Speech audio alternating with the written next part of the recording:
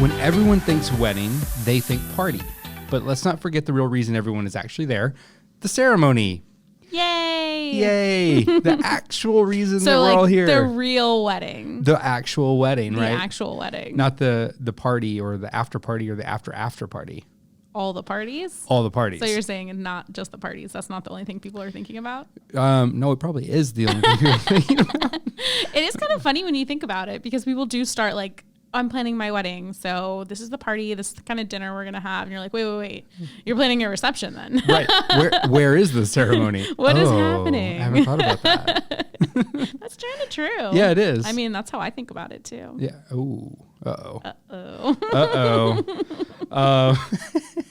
Yeah, no, it is true though. And that is what most people think about. Yeah. So this is kind of funny. We're coming off the break. Mm-hmm. And, we got to get our mojo back here. All right. I'm ready. You think you're ready? I think I'm ready. You need to bring it.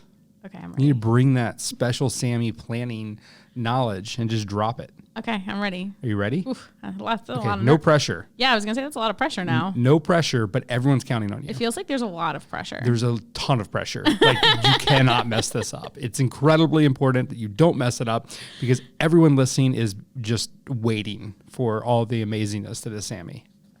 Oof. Again, no pressure. Good, cool. I'm not feeling the pressure at all. It's all good. Okay, no, it's totally cool. It's fine. It's fine. Oh, little side note for, future spouses out there. When your wife tells you it's fine, it's not. No, it's definitely not fine. Little fun fact for you. No. If they say it's fine, it's not fine. It's the opposite of fine. It's the opposite of fine. That's good. All right. Glad marriage has taught you that. It has. That and the dad Facebook group. Those two have really taught me that. Took me taking you to the next level on your dad level jokes. It has. It definitely has. I laugh at all of them. Like he's like laughing out loud, and then he shows it to me, and I'm like, oh yeah, that's average at best. Average at best. It's not really that funny. I guess in the dad joke world, it's pretty funny, but yeah, or anything with Baby Yoda. All right. Yeah. So moving on, let's talk about things that are important. Like your wedding ceremony. All right. So the first thing we'll kind of touch on here is the timing of it. Yeah. I think, it's interesting now that I'm saying this. Like, I actually think, in all honesty, when I think of the wedding, I think the reception too. Yeah, right? There's a lot of details here that I'm like, oh, wow, I'm learning something. Hang on, make some notes. Why, are you going to have another wedding ceremony that you know about? But it's good. It's just good to know. It's just good information to have. Good to know facts. Yeah, you never know when you're going to get called up to go, be an officiant or something. That's true. So... I feel like you really want to be that now. So if anyone's listening. And you're looking for an unqualified guy who likes cake. And Alabama football. Which we're not going to talk about right now. Done. We got it in. I'm this your podcast guy. Can wrap. You can send that email to Samie@Bustld.com. Excellent. Just make sure you spell it correctly. Yeah, good luck with that. It's not a pet peeve at all. That's true. Okay. All right. Enough of the nonsense. Let's get down to business. Let's do it. All right. All right. So the first topic for the ceremony is timing. Obviously, that's incredibly important. Yeah. Kind of sets the mood for everything else. It does. Yeah. It does. So when should the ceremony start? And actually, let me preface this. I didn't even get my answer out yet. You had barely taken a breath. I'm curious what you recommend to your couples, and then I want you to elaborate on your mom's theory, because I love your mom's theory. So I would recommend to my couples that you work backwards. So that's shocking because you've never said that on budget planning or all anything. Things work backwards. What are those little kids puzzles? I just got yelled at when we were playing with our daughter, but it's like a little maze, and I started backwards. Yeah. Ryan was like, no, that's not how you do cheating. It's not cheating. That's how you do it. You start backwards. Anyways, moving on. So start backwards. So if your reception venue has like an end time, or you have an end time, like if you're like, I do not want my wedding to end at 8:00 at night. I want to party until 11 or 12 or whatever time you want to party till. So start there. Most traditionally, a wedding reception is 4 hours plus the 1 hour for cocktail hour, or 4 to 5 hours. So yeah. So like, for example, if you wanted your wedding to end at 11, I had to write this down. Then your reception would start at 7. So then your cocktail hour would be 6 to 7. Math. And if everything's in the same place and there's no travel time, then you would want your ceremony to be 5:30 to 6 with your prelude starting at 5. So kind of work your way backwards. If you have travel time, then you got to add in travel time in there. If you are getting married at a house of worship, especially at a Catholic church, you're probably going to have some timing restrictions. So then that's going to kind of set your time for you. Also, the formality of your wedding will help you set the time. So if you want like a super formal wedding, traditionally it's after 6 p.m. for the ceremony. I feel like you can get away with like after 5. But probably not like, unless it's a Catholic wedding, because Catholic weddings are always at like specific times. Then you can get away with a formal wedding at 2 o'clock. But if you're just doing like a farm wedding at 2 o'clock, it's probably not going to be a formal affair. But it could be. Yeah, there's no rules. There's no rules, but that's kind of the general, the general rule that you can break if you want. So there is rules, but you can break them, I guess is the right thing to say. So what time should it start? Isn't that what I just told you? Yeah, but I was really just trying to get you to tell your mom's theory. Oh, I was like, wait, I'm so confused. That doesn't make sense. Okay, so here is my mom's theory and why we got married on the half hour. Was because you want to get married when the clock is going up instead of the clock going down, because it's good luck and prosperous. Yeah, because it's going up, not down. It's going up, not down. Yeah. So my mom didn't care what time we got married or where we got married or any of the any details other than the fact that we had to get married on the half hour instead of on the hour. So is this an actual like thing, or is this just your mom's thing? I just took it as the gospel and did it. Yeah. Just went with it. So. That one always stuck with me because it's very specific. It's very specific. I don't know. But I like it. Yeah, I'm into it. I mean, so far so good. So we'll take it. I can be a touch superstitious, so I'm into it. Yeah, I like it. All right. So how long should it be? The ceremony? The ceremony itself. I would say normally like budget 30 minutes, unless you're doing like full mass or something like that, and then it might be more like an hour. There's a lot of stuff on this mic. Some weird faces happening right now. If you're watching this video, I apologize. So yeah, 30 minutes, unless it's like a Catholic mass where it's going to be longer, like an hour plus, depending. Even if you think it's going to be a quick wedding, I would still like, maybe it's at your venue and you're doing like a super quick ceremony. I'd still allot 30 minutes. Processional and recessional takes a little bit of time. It's just good to have a little wiggle room. Yeah. Just in case. All right. Will time of the year affect timing? Yes. Great. Moving on. Do you want to know more? Yes, please elaborate. Specifically the sunset. So if you are getting married after the time change and it's going to be dark after your ceremony, that's going to probably push you to do a first look, or else you're going to have no couple pictures in light, which most people want. So then that might affect your ceremony time. We recently did a wedding in December that, their ceremony was like super early, I think like 3:30 or something, because they didn't want to do a first look. And it gets dark, like 5 o'clock, 5:30. Yeah. So that's something to keep in mind. Or if you have like religious restrictions. So, like with, like if you're celebrating and you're a Jewish couple, it traditionally has to be after sundown on a Saturday. So that's going to change your timing. So that's something to keep in mind too, depending on any kind of cultural or religious things to keep in mind. Makes sense. All right. So then moving along, the order of events. All right. This is my jam. So I know order of events is actually your jam. Actually my jam. Yeah. Okay. So this is going to take a while, guys. Buckle up. No, she's got it very plotted out, I'm sure. I worked my way backwards. Yeah, she worked her way backwards. And Are we starting backwards with questions too? Yes. We should. You want me to? No. I could.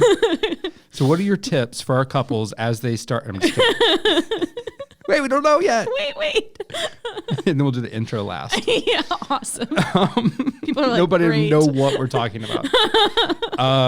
So this is just anarchy. It's total anarchy. This is what happens after Christmas break. It does. Okay, so how does a ceremony typically go? How does a ceremony typically go? Yeah. Okay, so first and foremost is the prelude, which is the music that's played while your guests are being seated. And then your processional. So that's going to be, you're going to ask me about that, aren't you? I'm not going to tell you what it is yet. You're going to have to wait with bated breath. And then you're going to have... Then you're going to have the hand. If you are doing handoff, if someone's walking you down the aisle, traditionally that person, which is traditionally, your dad, will do like a handoff to your significant other. I have a lot of couples that don't want to do that anymore. Interesting. So you don't have to do that. And then there's usually like some kind of welcome, greeting, etc. by the officiant. And then sprinkled in readings, maybe unity ceremony, sermon, depending on like kind of the ceremony and things that you're doing. Then your vows and your rings, and then you are pronounced as the new couple. And then of course the kiss. And then if you're doing any kind of like post ceremony traditions, like jumping the broom or breaking the glass, that goes there, and then everybody recesses out. Cool. How'd I do? Pretty good. I'd say you did. Yeah, very good. So when does this differ? I think it depends. So there's like a general kind of things that have to be done during the ceremony, but adding in like those readings or unity ceremonies, that's optional. You don't have to have that. If you have any kind of like songs or anyone who's singing, if you're in a house of worship versus like a venue, that's going to differ culturally and religion and things like that. I also think just like from officiant to officiant, people do things differently. I know like even Christians, like different like denominations, like also, I know I couldn't come up with the word. Thank you. Different denominations like do their ceremonies slightly different too. So it all kind of ranges, but that's like the general order of things. Okay. And then how does the processional and the recessional go? There it is. You guys are excited. You've been waiting. So usually it is grandparents. If it is a bride and a groom couple, then traditionally it's the groom's side first and then the bride's side. And then it's parents. So usually groom's parents and then bride's parents, maybe mom alone if dad is walking you down the aisle, or sometimes dad will still escort mom and then kind of come back to the bride. So depending on that. And then it is groomsmen if they're not already at the front, bridesmaids, and then your little ones. And then of course the bride. Yeah, with whoever her escort is. And what do you recommend for your same-sex couples? I think that in that case, you can change up the rules. So, I've had people who do all variations.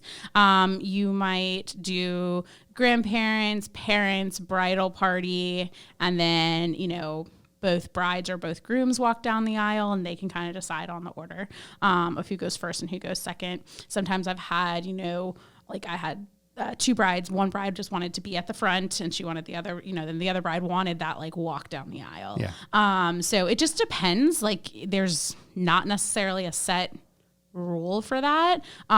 So you can kind of, you can kind of make that up how you want. And it's kind of the same thing when you're not in a church, like, or a place of worship. With the groom and the groomsmen, like and the bridesmaids, like, do you want the bridesmaids and the groomsmen to like walk down the aisle together? Do you want like people already up at the front, or do you want to walk down the side aisle or the middle aisle? So it kind of depends on how much you want to be in the limelight. The center aisle, all eyes are on you. So if you want that like grand like entrance, then awesome. Like if you're a same-sex couple, both of you should have it. Why not? And I mean, same with us, even bride and a groom. If the groom wants to walk down the aisle, I always tell my grooms, you want to walk down the aisle like by yourself? Like, let's do it. Give you that limelight too. Why not? It's everybody's day. So that's kind of like traditional, but you can kind of change it up how you want. unless you're getting married in a place of worship and they won't let you. Then that's different. Right. Then throw all that out. Then throw all that out and do exactly you what have they no say. choice. Yeah. Okay. So, as far as like traditions, do you need ushers? No, you don't have to. It's a nice way to include those extra people if maybe you have a few extra friends that didn't make it into the bridal party. This is another like great honor to like have this spot. So that could be another good way to incorporate them. So you don't necessarily need ushers, but you do need somebody who's going to escort people maybe down the aisle, especially if you have like, maybe your dad's escorting you down the aisle. And so your mom needs somebody to escort you. That could be a traditional usher, or it could be like your brother or your uncle or whoever. So you don't necessarily need it, but you probably need somebody to escort someone down the aisle during the processional, like grandma. Yeah. A lot of times. It is nice though. Like, our friend Mark, we were out of room in our bridal party but we wanted to include him cause he's a friend of ours, a good friend of ours. So, we were able to include him as that. And then I was able to be one in his, and it is nice for people, especially when you have, a lot of siblings and maybe your bridal party, maxes out at a certain number. It is nice because then you get to include other people. Yeah. I think it's a good way. That and readings is a nice way to include people because it is like a prime spot. So like it's another good way to incorporate people if you can't do it in the bridal party. Yeah, absolutely. Yeah. So who walks the bride down the aisle? So we've already talked about this a little bit. Yeah, a little bit. Traditionally it is the bride's dad, most traditionally. Actually a Jewish tradition though is both sets of parents, which I have a lot of couples even who are not Jewish. That's cool. Except, kind of taking on that tradition. It's really cool. It's kind of a nice way if you think about it. Yeah, it's your parents. Especially like bride's mom. She doesn't get like a whole lot of kudos, a whole lot of like limelight on wedding day. No. So that's kind of a nice way to incorporate them. But it can be anyone in your life. It could be, your mom. It could be your brother. It could be an uncle. It could be Chris Harrison. It could be Chris Harrison. Yes, it could. I've seen that. Mm-hmm. Right? Who was that? I don't even remember now. So it could truly be anybody, or you could have nobody. You could just walk yourself down the aisle, which is pretty cool too. I've had brides do that, and I love any variation of it. So if you want to go, traditional, if you want to, make that grand entrance by yourself, like however you want to do it is pretty cool. I also like it when the groom escorts, like his mom. That can be kind of a cool way to do that too. Yeah. Yeah. That is cool. Who reads? So we touched on it a little bit. It can be someone who's not in the bridal party. It could be your bridal party, sibling, family member. Again, it's just a place of honor. So someone who's important to you that you want to honor in some way. Yeah. My grandmother got to read at our wedding. Yeah. Yeah. She's such a big influence on me. So, we wanted to include her. Should we write our own vows? I love it. I love when people write their own vows. It's a big commitment, and not just like time of like writing your vows, but like saying that in front of people. I think that can be I would imagine that's very intimidating. And it's going to be very emotional. So one cool thing I have had a couple couples do, is write their own vows and read them to each other before the ceremony, in private. So they kind of get like to say like everything that they wanted to say to each other, but without like this huge audience of people watching and kind of influencing what you're writing and saying, and then saying like the traditional vows during their ceremony. So I think that's a good alternative if you really want that moment. Like I even had a couple who was just like back to back. They didn't even see each other. That's what I was about to ask. Do you have to do a first look if you do it that way? Mm-mm. That's cool. Yeah. So you could do back to back and read it to each other. It's kind of like a in between of like a letter and writing, vows for your ceremony. So I think that's like a good compromise if you don't want to spill your heart in front of, 200 of your best friends. Right. Or if you're not sure if a joke's going to land. Yeah. You should probably not do a joke though. Probably not. As a general rule. Maybe. Why not? If you're a joking couple, why not? That's true. Yeah, there's no rules. No rules. Yeah. All right. So why are we talking about traditions then?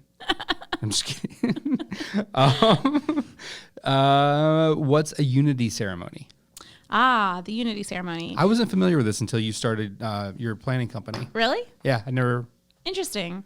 So the most popular unity ceremony, well, I guess to back up, a unity ceremony symbolizes two families combining and becoming one.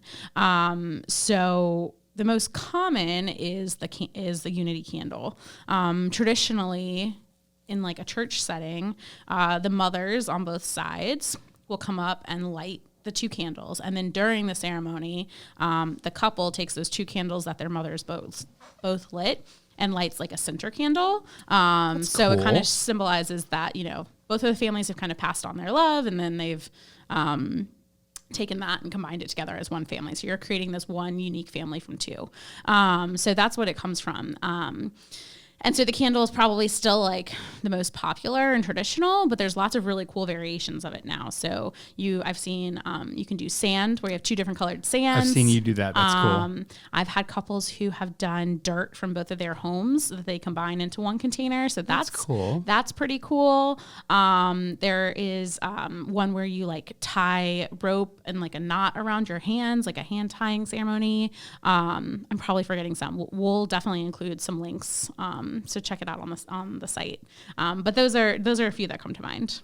And then just generally, like, what other traditions are there?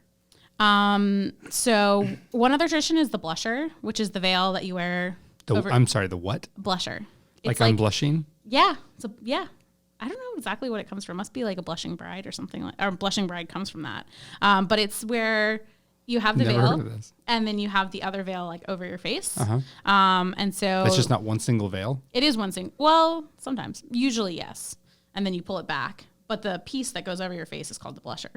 So it's like another piece of fabric. Yeah. So that's a tradition. And usually if you have one of those, make sure you tell your planner or whoever's executing your rehearsal that you have one, so you guys can practice who's going to lift the blusher. You're not wearing it the whole time during the ceremony. Usually whoever walks you down the aisle like lifts it up. Do you have any couples that do that? Yeah. Really? I probably have a couple every year. Yeah. Interesting. It's really cool. Yeah. It's very pretty in pictures. Yeah. And then another kind of tradition that I like is the presentation of the roses to the moms. So I've had couples who have given, who put like a rose on each mom's chair, or who maybe like during the ceremony will go and like present each mom with like a rose and like give them a hug and a kiss. So it's like a nice way to include the moms in the ceremony, because a lot of times the dad's included, but not mom. So that's pretty cool. I haven't heard of the rose ceremony either. Look at all these things I taught you today. I know, I'm learning a lot. I'm taking notes. So in the way that I do, which is not take notes. Not very well. Not very well. It's all up here. Okay. It's all up here. That's what he keeps saying. Yeah. So I guess as our couples go away and they want to, start planning their ceremony, what are those quick tips that they should keep in mind? I guess tip number one is don't let the reception like overshadow your ceremony. So make sure you put some thought into how your ceremony is going to go and how you're going to personalize it. You don't necessarily have to invest a lot of money into your ceremony because you're not there for a long time, but make it meaningful. I think that's the most important part of your ceremony. This is the most meaningful part of the day. So make sure you kind of put some thought into personalizing it. And then, think through those big things like timing and who you're going to include and what kind of traditions you're going to do, and have those conversations, with each other and your families and your officiant. They can make a lot of great suggestions.